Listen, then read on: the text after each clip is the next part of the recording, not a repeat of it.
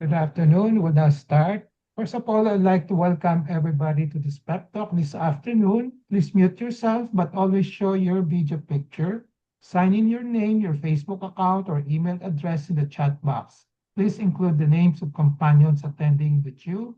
Use the chat box to ask questions and make comments while the pep talk is on. There will be group pictures at the start and end of the pep talk, and so show your faces in the video. A reminder after the pep talk is to take the online learning cum evaluation test exercise or OLETE for mastery of learning and have a perfect score to get a certificate like the one shown here. I have placed the link in the chat box already. Obtaining 25 OLETE certificates will entitle one mentee to a voucher, free voucher for a RO Hoson medical consultation, either face-to-face or telemedical. Another request, please type in your feedback in the chat box during the open forum and before we adjourn. Thank you. Let's now have a group picture taking before we start the pep talk proper in 2 minutes. Please turn on your video now and show your faces.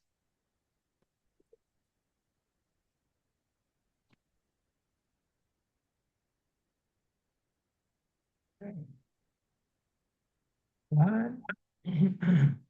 Ready? 1, 2, 3.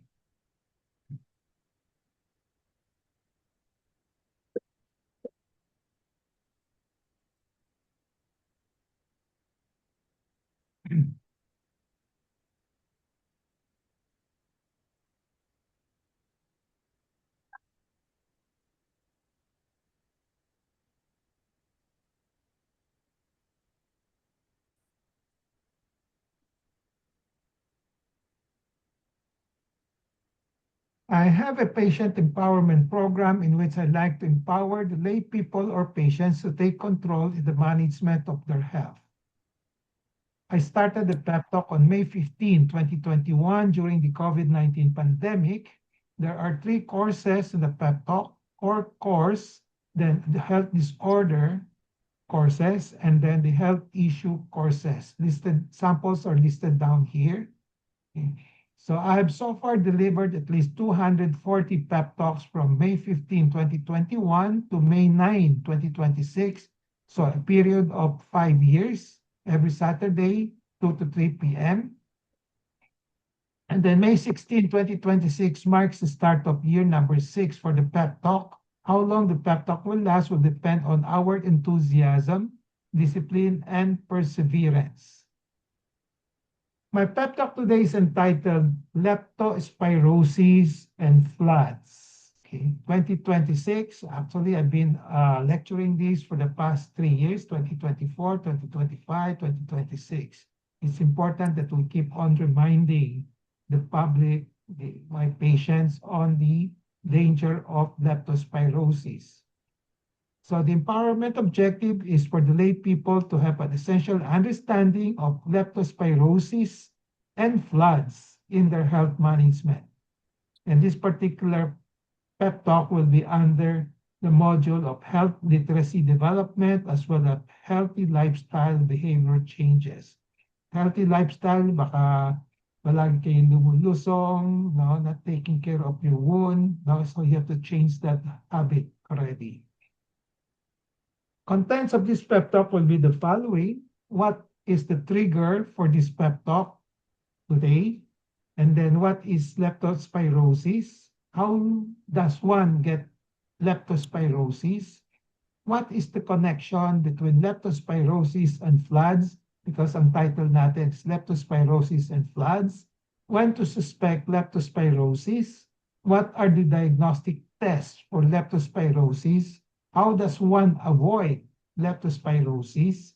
How does one avoid leptospirosis during the floods? And when to consider prophylaxis against leptospirosis? And then what is the usual treatment for leptospirosis?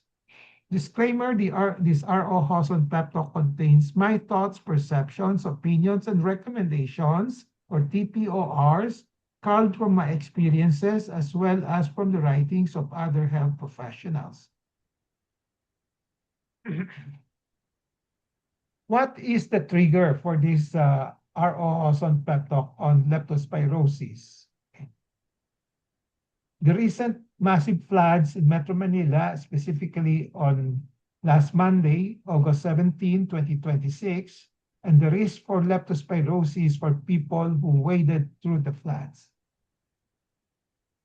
The recent massive floods in Metro Manila, okay, and then so now it has, there are already cases recorded leptospirosis in Manila after the flooding. Just a little while ago, I was looking at the internet.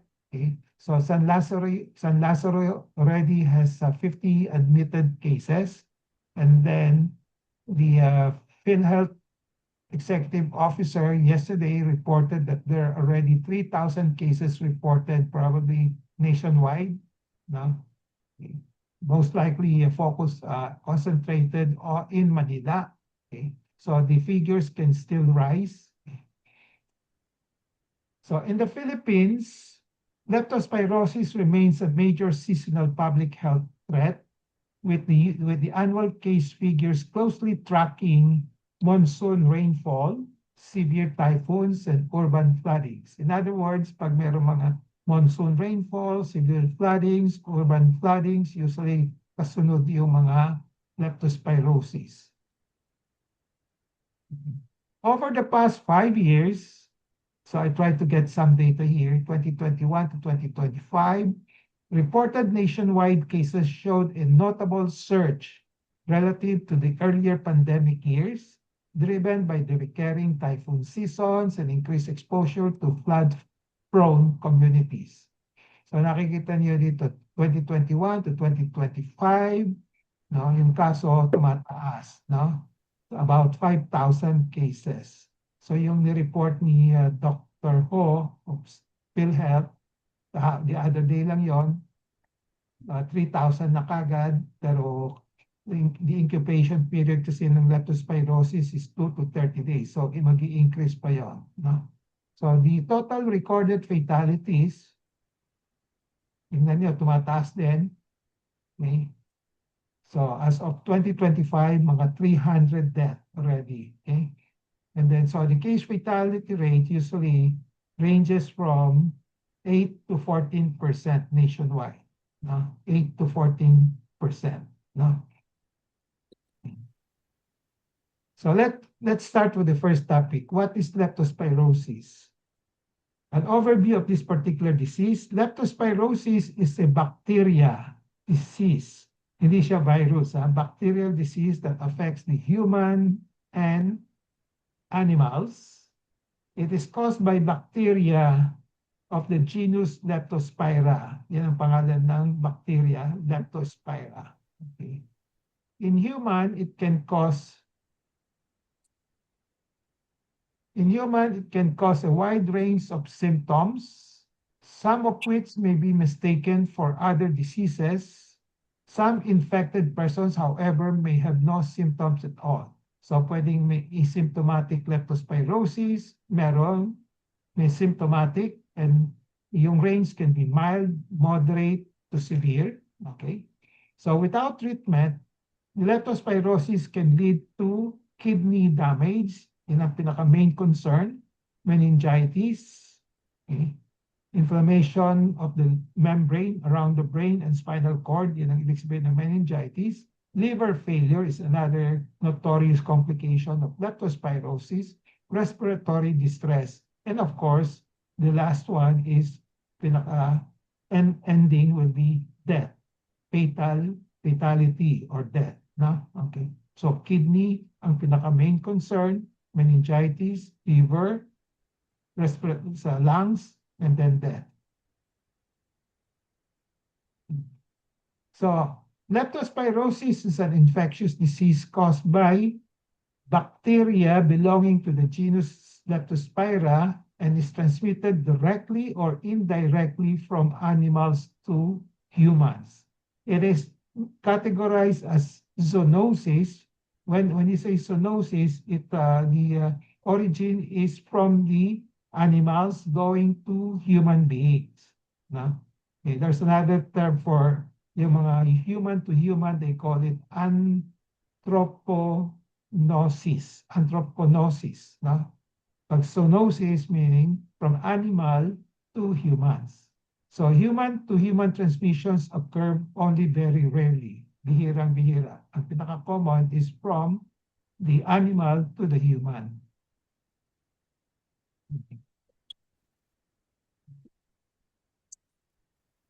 So what animals are usually infected with Leptospira?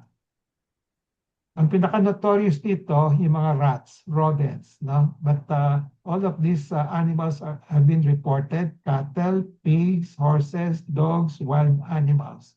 Okay. So rats and other rodents are the main carriers of the bacteria.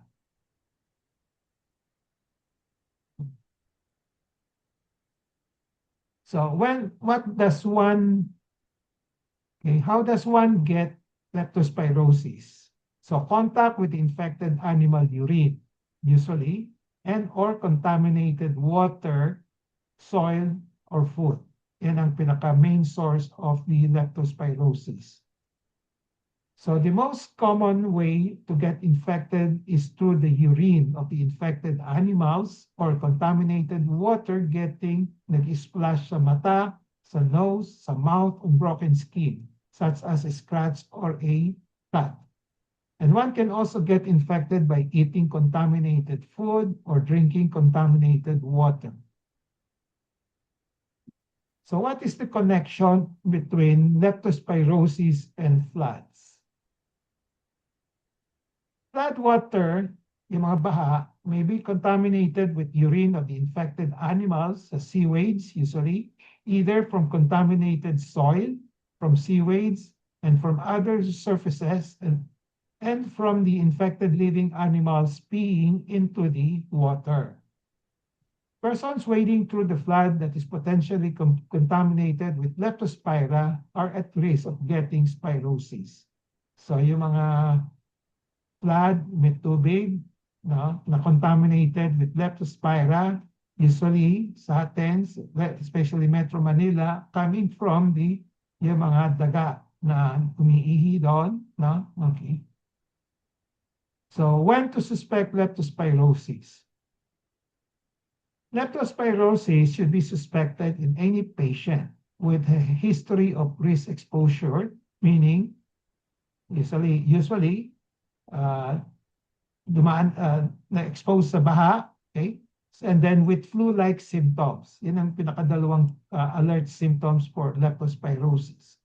So there may be other symptoms on top of the flu-like symptoms, like symptoms of organ dysfunction, brain, heart, kidney, liver. Kung meron nito, usually severe na yun. Complication na ng mild na leptospirosis. So presence of symptoms of organ dysfunctions connotes severe. This is sabi ko, severe na pag meron itong brain problem, may heart complications, kidney, liver. The incubation period ranges from 2 to 30 days. Ang tagal, no? So yung mga Monday na exposed sa baha, you still have to wait up to 30 days to make sure, just to make that before you can say na ligtas ka na. So ito yung mga symptoms of leptospirosis. You have high fever, red eye, abdominal pain, headache, and muscle ache, chills, isama sa fever yon, rashes, nausea, vomiting, diarrhea, yellowing of skin, and sclerae. Kung hindi kayo makaihi, kasama niyo sa may kidney, baka affected yung kidney. Pag jaundice kayo, naninilaw, affected niyo yung liver. Okay. So symptoms are non-specific actually initially. Flu-like symptoms like fever, headache, myalgia. Okay. So importante yung meron siyang history na exposure. Okay. So pag meron kayo nito, mga flu-like symptoms, and possible diagnosis will be COVID-19, flu itself, dengue, or even leptospirosis and others, no? But you suspect leptospirosis if there is a recent risk exposure, such as wading through floods within 2 to 30 days. So what are the diagnostic tests for leptospirosis? Ito yung mga diagnostic tests that can be done. You can have the PCR, then you have the microscopic agglutination test or MAT, no? And then you have the culture. Okay, ano pa ba?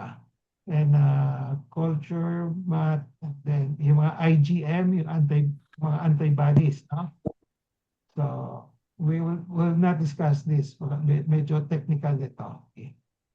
Now, how does one avoid leptospirosis? To reduce the risk, kung di kayo na-expose, wala kayong risk, no? So if you're exposed to the risk, no?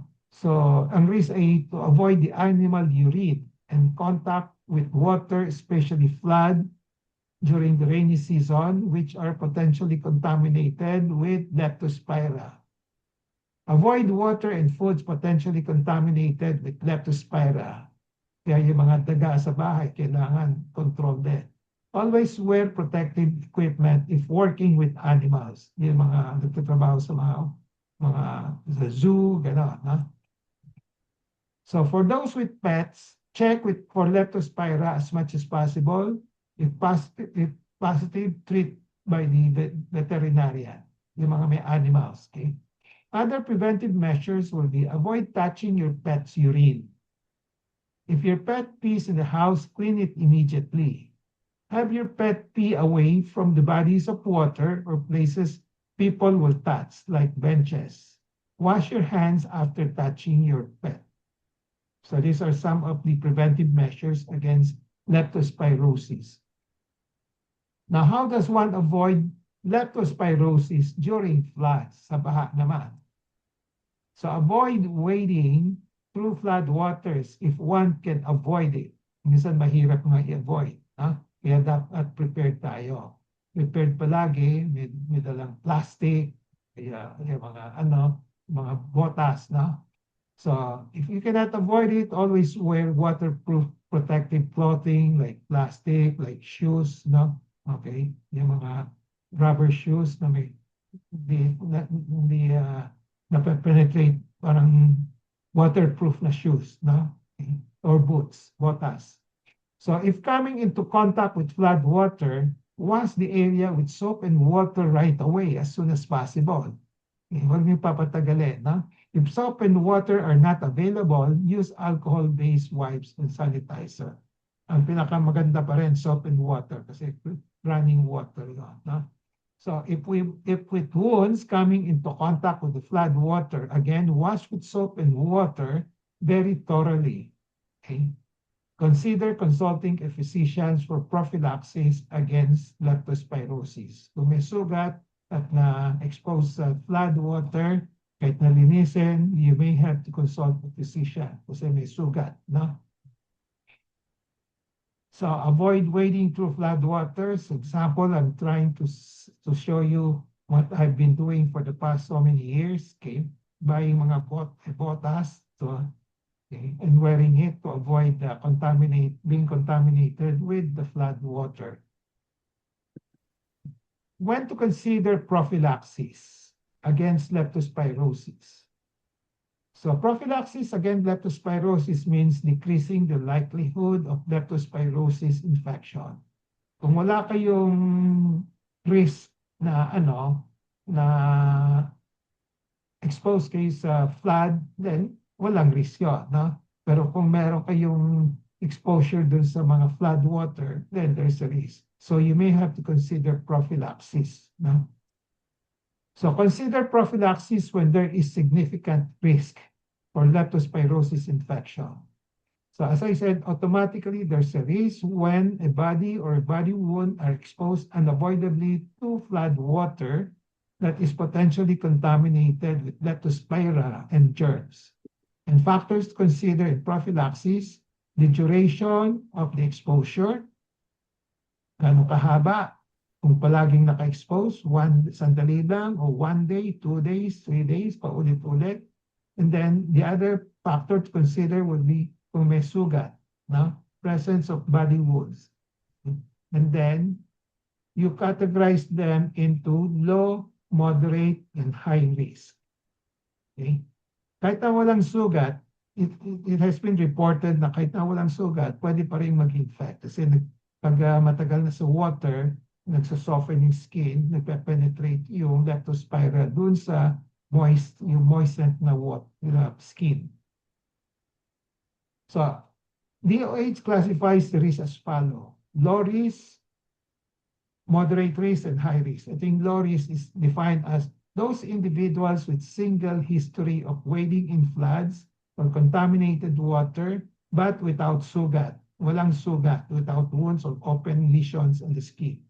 Moderate risk, may sugat, no?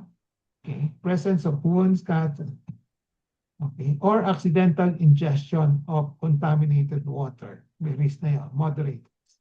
Now, high risk will be those patients, individuals with continuous exposure, those having more than one single exposure, let's say for several days, umuulan, palagi pumapasok, o may trabaho sa, let's say, sa mga DPWD, probably nagtatrabaho sa mga flood water, trying to drain, okay? So they're exposed to the floods. So kahit na walang wound, so they're classified as high risk, basta constantly, continuously exposed. So swimming in flood water, especially in urban areas infested with domestic and sewer rats, and ingestion of contaminated water are also considered high risk exposures. So when to consider again, okay, low risk, no, how to do the prophylaxis. You take a doxycycline, 200 micrograms single dose within 24 to 48 to 72 hours from the exposure. Ang preparation of doxycycline, I think, is 100 milligrams per tablet. So you take 2 tablets right away. 2 tablets para 200 milligrams, isang inuman, okay, within 24 to 48 hours after exposure. So you might consider this, kung low risk ka, low risk means walang sugat. No? Moderate risk, you take doxycycline 200 milligrams once a day for 3 to 5 days, to be started immediately again within 24 to 72 hours from exposure. So 3 to 7 days, iinumin. And then for high risk, usually once weekly, kasi palaging naka-expose. Let's say 1 week, 1 month, okay. Okay, na 1 week lang, no? Okay, kahit na 2 months, naka-expose, iinom na kagad na once a week na gamot, no? Until natapos yung exposure to the flood water, to the contamination. Now, for pregnant women, kasi usually hindi binibigay yung doxycycline sa mga buntis. So the alternative is amoxicillin. 500 milligrams, 1 tab, 2 times a day, times 3 days. And then if allergic to amoxicillin, may give erythromycin. Now, for children naman, usually single dose, 4 milligrams per kilogram, single dose, maximum of 200. So, i-compute ng pediatrician ito. No? So, take note, most important prophylaxis is to wash your body wounds exposed to the flood water as soon as possible. Or better still, wash kahit na walang sugat, di mo alam meron o walang sugat, wash your body right away once you expose yourself to flood water as soon as possible. And then maintain a good body resistance always through healthy lifestyle. So pag this will prevent clinical symptomatic leptospirosis and also progression to severe leptospirosis. Kung maganda yung resistance mo, kahit na meron kang konting contamination with the leptospirosis, hindi mag-develop yung infection, yung clinical infection, meaning meron ka ng symptoms. And then what is the usual treatment? Kanina prophylaxis, we'll now talk about the usual treatment. If the infection is mild, usually doxycycline binibigay. Alternative will be amoxicillin, ampicillin, azithromycin, especially yung mga buntis, ito yung binibigay. No? Now, if the infection is moderate to severe, no? Usually 1 week ito. Okay? Pag mild. No? If the infection is moderate to severe, then binibigay na ng yung mga injectables na. So binibigay ng penicillin, third generation cephalosporin or erythromycin. Now, other treatment usually supportive after this one, aside from the antibiotics, maraming fluid iinumin kasi ang babantayan niya kidney, no? Rest, healthy diet, healthy mind, moderate exercise, and other meds as needed. Okay? So, kung severe na yung sakit, baka kailangan na i-admit, no? Baka kailangan ma-dialyze kung hindi umiihi, no? So, with that, I have a summary takeaway. I have discussed the following. What is the trigger? What is leptospirosis? How does one get it? What is the connection between lepto and flood? When to suspect? What are the diagnostic tests? How to avoid during the floods? When to consider prophylaxis against leptospirosis? And then what is the usual treatment for leptospirosis? So the most important lessons for Filipinos, so just think of leptospirosis this way. So sa ngayon, ito yung pinaka-common. Flood water exposure. And then papasok yung bacteria sa body. Then mag-i-spread yung bacteria through the bloodstream. And then magkakaroon ng symptoms yung pasyente with fever, headache, muscle pain. Ito yung pinaka-common. And then sometimes it can progress to blood vessel and organ injury, like the kidney, liver, lungs, heart, and brain.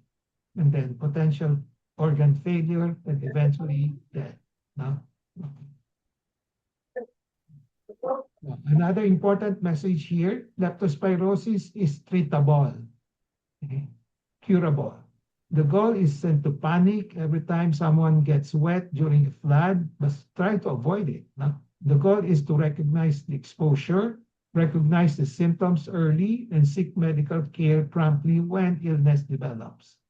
So one sentence worth remembering, kung nalusong sa baha at naglagnat, pagkatapos sabihin agad sa doktor na na-expose ka sa baha.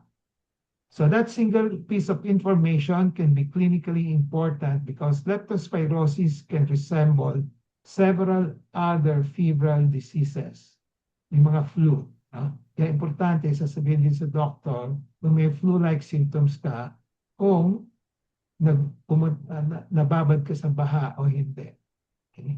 Parang yung mga kumakain ng santol seed din. Pag sumakit ang tiyan, sasabihin sa doktor, nalunok yung santol.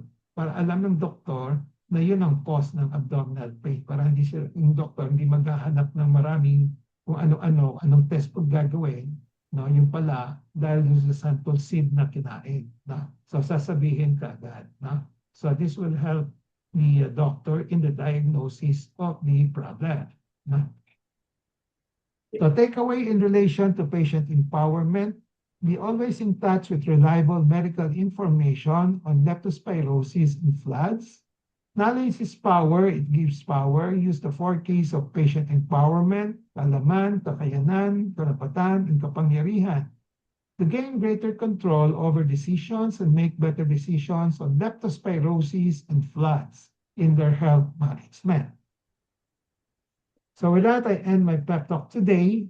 I hope I have empowered you to have an essential understanding of leptospirosis and floods in your health management.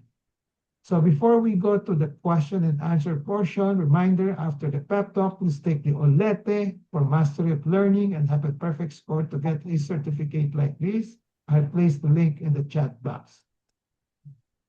Another reminder, obtaining 25 OLETE certificates will entitle one mentee to a voucher for a R.O. Holson free medical consultation, either face-to-face or telemedical.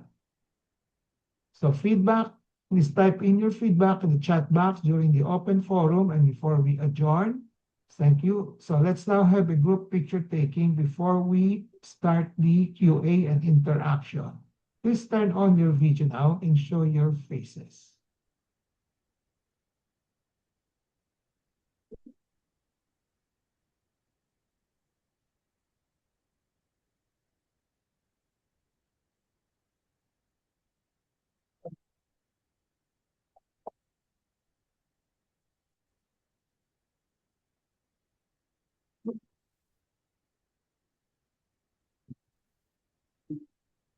Great. Are you all ready?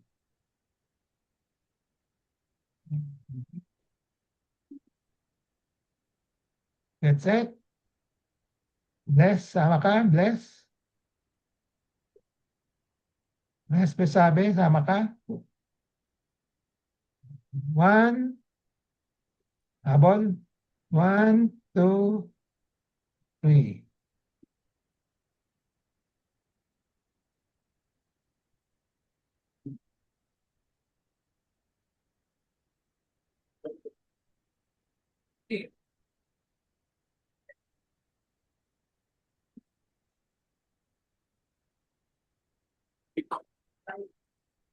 Okay. The floor is now open for questions, comments, sharing of experiences, as well as consultations. Anybody?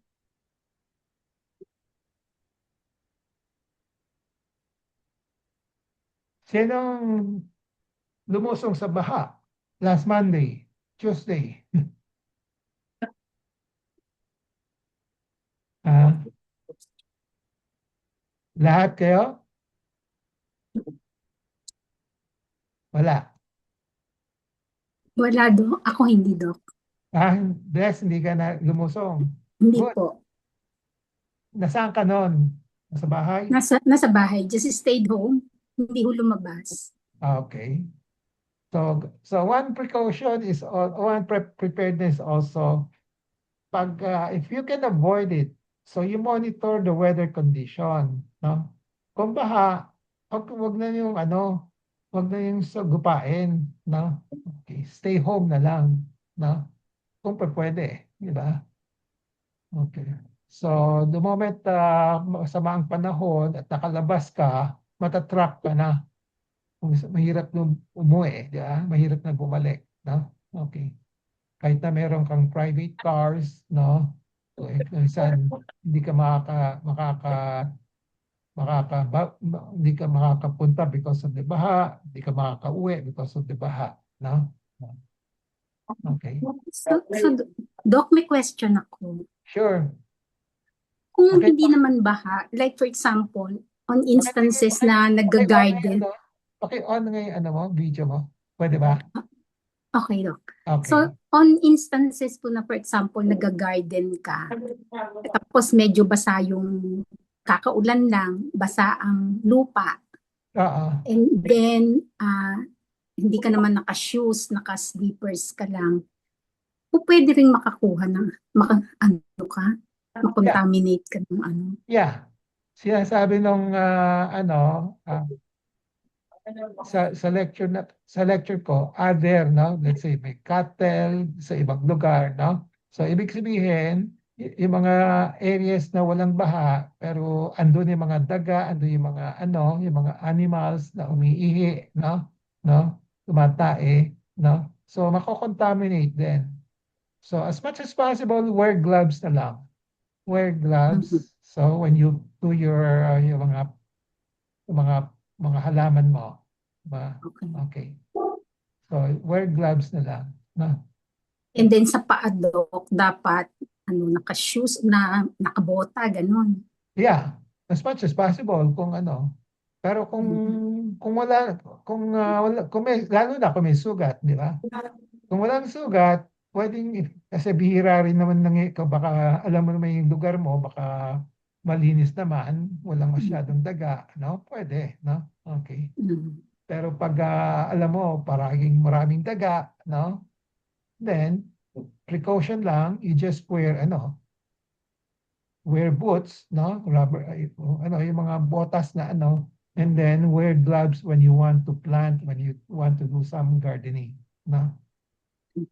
Okay. Okay, thank you, Doc. Okay. Okay. Prevention na lang, prevention, no? Okay. Any more?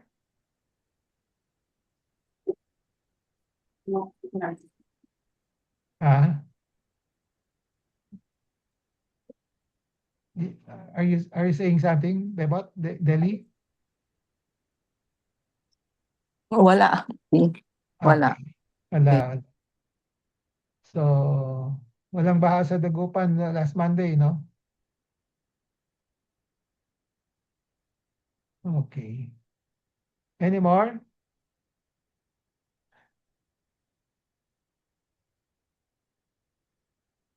So, it's a real problem, ha? Pag nakakita ka ng mga severe na leptospirosis. Ako, during my medical school year, nung intern ako, marami ako nakikita, no? Yung, yung talagang walang ihi na. Hindi siya umihi, lumalaki yan tiyan. So, dialyze na, no? Okay. So, once you undergo dialysis, no? Grabe na yon at mahal pa, no? Okay. So, I just hope kaya tulungan ng DOH saka yung PhilHealth, yung mga ganon, no?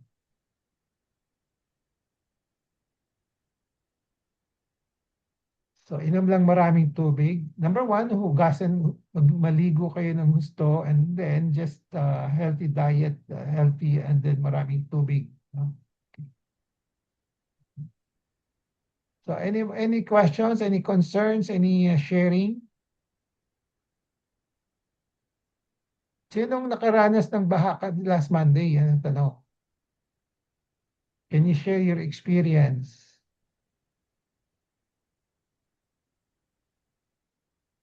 Wala.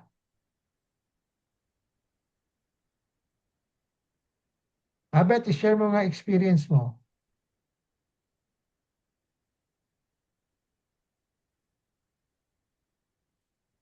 Hello? Tutulog yata.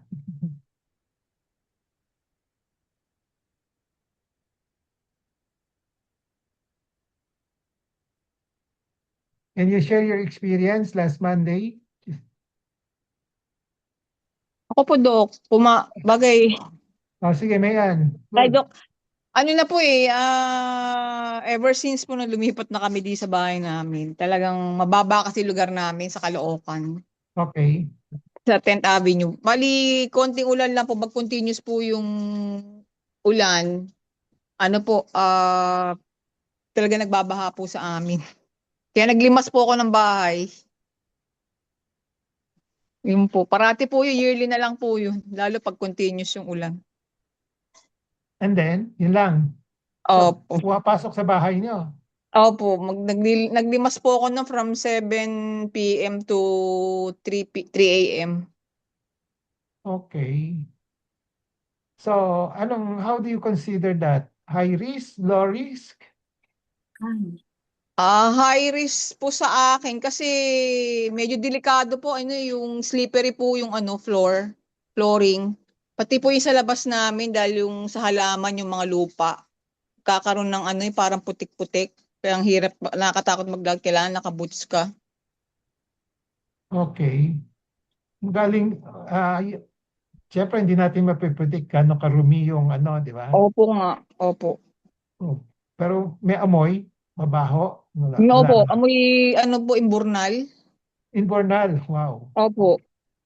Kasi yung mga tao po dito, kahit kagagawa lang po dito, parati kasi pinapahukay, pinapalinis po nung mayor dito. Problema, yung mga tao, nagtatapon pa pagbaha. Pinapaanod nila, kaya nagkaklag po yung Yung mga yung drainage. Okay. Yeah. So, it's either lumipat kayo ng bahay or Naku, hindi. mag-boots ka na lang palagi. No? Opo, ganun nga po, magbubus That's the kami. only solution. Magbotas ka na lang. Okay? Opo. Okay. And then, magpa-prophylaxis ka ba? Hindi. Hindi po. Nagsasabon lang po ako ng yung surf na detergents, yung bar. Tapos po yung sabon uli ng Dove, tapos alcohol. Okay. Tapos sabay ligo na Bakit po. surf? Bakit detergent ang ginagamit? Ay, nakakasanayan ko lang po yun. Kasi parang nabasa ko po dati, kailangan detergent soap po yung pang wash out ng mga dumi, lalo pag na soak yung paa mo sa sa baha. Sa baha. Pero sa iba, Opo. Sa ibang, let's Hindi. say, nasugatan ka rin sa kamay. Hindi po. I never do Bahala. that po. Opo. Okay. Yan ba yung paniwala ng iba? Yan ang practice ng iba? Gusto ko lang malaman, baka may ano pa, may basis. Is that the practice of, ang alam ko lang, basta soap and water lang, pwede na. Sa'yo, baka may detergent ka pa, surf, baka Tide, Breeze, Oo, yung mga ganun po. ano? Kasi matapang daw po yun kasi iba po yung baha dito sa amin talaga eh. Sobrang dumi po. Itim na po Hindi, kasi eh. Tapos yung mga kabata naglalaro na po sa labas. Oh my God. Tuwan-tuwa na sila. pag-aralan ko nga yan, mas malakas yung detergent kaysa ordinary soap. Oh, sa hindi po, ganun po yung practice ko lang. Nasanayan ko lang. Kasi nabasa ko po yung dati, yung pagkakasunod-sunod ko pong ginagawa pag bahasa. Kasi parati talaga nagbabaha po dito eh. Pag may Kaya nga, typhoon po, may baha na ah, kagad. hindi, kahit Tatakot na din po ako. nakasanayan mo, anong observation mo? Effective ba? Kung effective, sasabihin Sa natin akin po, sa. effective. Lahat po kami ganun dito eh. Kaya that's why I want to hear from the other participants here. Ganun ba yung practice ninyo o naririnig ba din yun? Ginagamit ng detergent? Meron ba?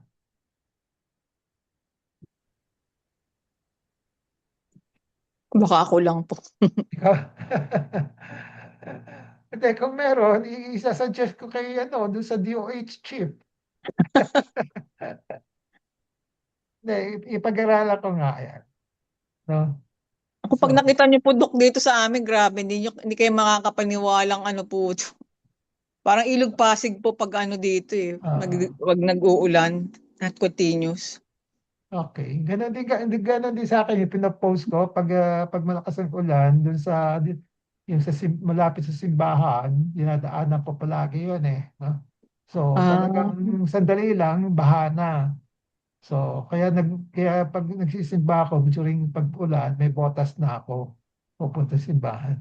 No? Okay. So sige, basta thank you po, Doc. mag-boots ka na lang and then wash your feet right away. No? I'll research on that detergent. Thank you po, Doc. Anybody else? Abet, ikwento mo yung karanasan mo. Ano siya, from UN up to corner of Top Avenue, hanggang tuhod yung tubig eh. So we thought na pagdating mo dun sa gitna, medyo mababaw. Pero mataas din pala. So hindi naman kami pwedeng hindi bumaba sa trike. So we decided to bumaba doon sa trike, pero yun nga, hanggang tuhod, baho, grabe. Yun ano, I think it's one of the worst. Kasi mabaho siya, tapos ang daming basura. So we waited, I think, for about 2 hours dun sa may gilid ng Starbucks at saka Mercury. Yung mga buses naman, ayaw nilang gumilid kasi masyado mataas yung. So we cannot wait for another hour. So we decided, I and Christy decided na sumulong na lang kami doon sa gitna ng kalye. So parang kumbaga pikit mata mo na lang inano kasi gusto mo nang umuwi eh. Kasi we've been there for several hours. Eh baka umulan na naman. So nung sumakay kami sa bus, talagang nag-alcohol kami hanggang sa pag-uwi. So, naglinis. Di ba sinabi ko sa iyo, hindi naman kami uminom ng gamot. But Dr. Lianes went to the clinic nung Wednesday. Tapos sinasabi niya sa akin na you have to take doxycycline kahit na wala kang sugat, wala kang ano. So, you need to take 2 tablets. So, napilitan kami uminom ni Christine ng doxycycline. So sabi ko, once lang yun na, ayoko na paulit-ulit. Sabi niya, hindi, basta 2 tabs of 100 milligrams, you take the doxycycline just to be sure. So yun, uminom kami ng Wednesday ng doxy. Even that is, I think,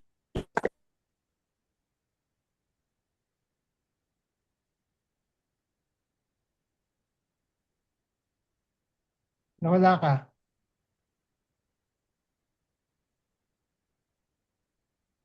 Even walang sugat.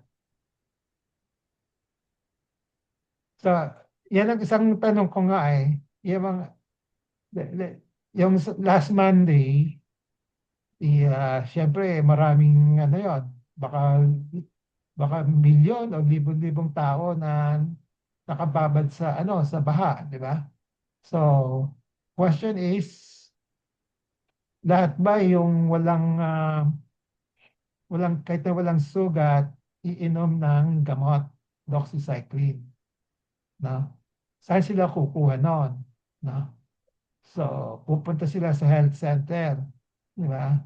Number two, sa yakap, kung mga may yakap, magpipila ka naman doon, di ba? Sa yakap. So, yakap, papadala ka sa isang accredited pharmacy, no? Yung gamot, no? So, then the others, nag-report yung UST na ubusan na sila, no? So, butit na lang yung Manila Health Department nagsabi sa akin na marami pa silang supply, no? So, ang tanong ko, kasi ngayon, lumalabas na yung mga kaso, up to 1 month from now pa yan lalabas pa yung mga leptospirosis. Pero as of today, nabasa ko dun sa San Lazaro, may 50 patients na sila. No? Majority are severe na. No? So question is, for our protection, iinom ba tayo ng gamot kahit na walang sugat? No? So pwede na ba yung hugasan na lang? I mean, take a bath, quick bath. Pero yung quick bath dapat soon after exposure, di ba? Dapat. Pero kung nagbebiyahe ka, bago ka makauwi, baka 1 oras pa, 2 oras, di ba? Kaya na ginawa, alcohol na lang. So maraming alcohol. Nagdala ka ng maraming Oo. alcohol. Mm-mm. Tapos talaga in-insist ni Dr. Lianes na nung Wednesday, sabi ko, hindi na doktor kasi wala naman akong sugat. Wala namang ano. No, you have to take the doxycycline. Kahit na wala, sabi niya, you have to take it just to be sure na okay at wala namang magiging problema. So we did took the doxycycline. Okay. So ako iniisip ko rin anong mga magiging practical na guidelines. Baka sa pag hindi ka minom, katapos nagkaroon ka ng leptospirosis, baka magsisi ka, di ba? Okay. Yes. Ganon. Tapos sinasabi niya kasi, kung hindi man sa internal organs mo umano yan, kasi mostly sa skin, sabi niya, baka yung skin, halimbawa expose yung legs dun sa tubig, nababad ka. So you never know, baka dun magkaroon daw ng eruption yung skin mo. So better take the doxy even wala kang sugat. Yeah, okay. Ang tanong actually yan is ano yung side effects ng gamot, di ba? Yan ang gusto kong malaman. Anong side effects ng gamot? Kung wala mo masyadong side effect, you just take it na lang, di ba? Kasi may nakalagay kasi doon, once you take it, parang may nausea, tapos so sabi ko, nagkiklinik kasi, kung magti-take ako nung baka mamaya ma-experience ko yung ganun, parang nahihilo ka, tapos susuka ka. Nag-take kami ni Christy after we went home. Para ano? if in case, gabi na, Meron kang sa side gabi, effects? May side effects? Wala naman. kasi nung ininom ko yung matutulog na kami.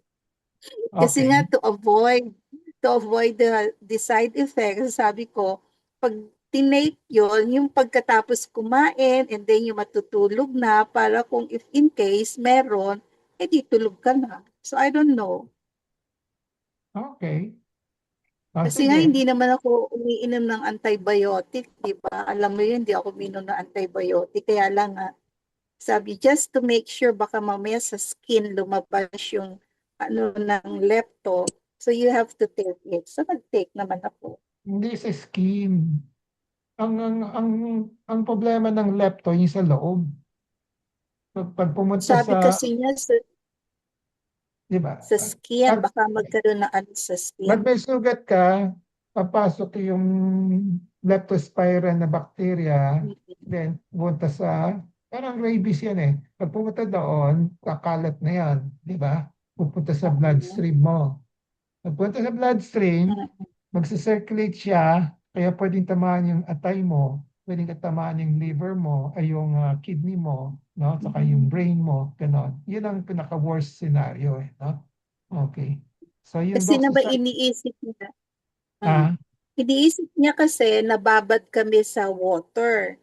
And ah, then, sabi ko ah, bab- nakapantalo naman kami eh. So baka nga daw sa skin mamaya, yung surface ng iyong binte, doon naman daw magkaano. So, better take it. So, natakot naman ako, baka magkagalis ako. So, yung ayun. pantalon, pag hindi waterproof, ano rin, tatagusin yun. Nga, kaya Di nga, ba? sabi ko Hindi, nga. basta, Mm, kung waterproof, kung plastic, pwede pa. Di ba? Pero kung kahit mm. nakapantalon ka, kung nabasa, magsisip in pa rin yung mga bacteria dyan kung may ano, no? Okay. Kaya Kaya nga, lalo na pag kaya, mabaho. kaya nga eh, yan pa, mabaho, pagkatapos, kaya iwa-weigh So mo nga eh. dirty. Kaya nga sabi ko, kaya nga yun ako yung practicality of taking the medicine, no? Kasi hindi man, I don't think lahat, kahit na merong advice ng DOH, mag-take kayo ng medicine, ganun, ganun. Hindi naman lahat nagte-take, eh, di ba? Okay. So, but we have to be practical about it, probably, case to case na lang. Kung sandali lang, yung na-expose ka sa baha, sandali lang, at right away, naghugas ka na, pwedeng wala na. Basta wala kang sugat, no? Okay. Pero kung matagal ka naka-expose doon sa tubig, no? Eh, kahit na wala kang sugat, no? Baka mas maganda kung uminom ka na lang, di ba? Okay. Then, more so kung meron kang sugat. Kung may sugat ka, uminom ka na lang, di ba? Okay. So, yan ang probably Yeah. practical advice ko, no? Kasi may nakakita Tsaka ako pag talaga. nakita mo pag nung nakita namin ni Christy, kulubot na yung paa namin eh.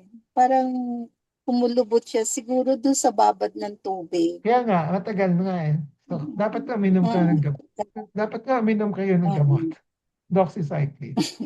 Okay. Ang tagal kasi Yeah, eh. we did. Di ba? Kasi pag kulubot na, sinasabi nga, kahit na walang sugat, pwedeng tumagos yung bakterya. Kasi Na, sa tagal na makababad sa oo. tubig. Kasi nagsosoften yung balat eh. Di ba? So, pumapasok na yon. Okay. Oh, sige. Good. So, thank you for sharing those experiences para may may tuturo ka sa ibang sa ibang estudyante, sa ibang pasyente, no? Ganon. Okay. So, meron pa bang tanong? Wala na? So, I'm happy that all of you are safe, no? So, next time, ingat lang kung merong baha ulit, no? Huwag kayong lulusong as much as possible. Pag hindi kayo lumusong, walang risk. So, wala kayong intindihan kung iinom ng gamot o hindi, di ba? Okay. Then, kung lumusong kayo, just kung maikli lang, sandali lang, at wala naman kayong sugat, basta hugasan lang ninyo, you don't have to take medicine, just observe, no? Okay. Then, pero pag may sugat, take medicine right away, no? So, ang question ngayon, magkano ba yung doxycycline? Meron may alam? I think mga 20 plus yun. 20 plus, isang tabletas? Yeah. Oh, I forgot the exact amount, pero I think so. It's 20 plus. 20, okay. 40, okay na, pwede na. 40, pwede na yan. Mm-mm. One tablet, 20. Okay. So, Yeah. Kasi kung pupunta kayo sa health center, marami sa health center, pipila na naman kayo doon. Di ba? Dapat iinumin kagad, di ba? Yung gamot, yung timing. No? So, Yeah. so tinitingnan ko yung mga heat chest. Pupunta kayo sa health center, meron nga doon, pero baka yung hintayan ang tagal, di ba? Okay. Bumili na lang kayo sa drugstore. Mas mabilis pa, di ba? Okay. Kahit generic lang, wag na yung mga branded. Oo, generic na lang. No? Okay. Okay. Sige. Anything else? Kung wala na, we'll call it a day. Wala na po. Wala na? Yes. God bless. You're going to Wala say na, something? Doc. Thank you Wala very na. much for sharing your knowledge. Thank you. You're welcome. Mag-attend ka sa susunod na rin, ha? Opo. Salamat Okay. po. Sige. Bye-bye. Bye-bye. Thank you. Sige. Thank you po. Bye-bye. Thank you po, Doc. Have a nice weekend. Same to you. Bye, Jeng. Ah. Bye, Miss Beth. Ingat lagi. Bye-bye.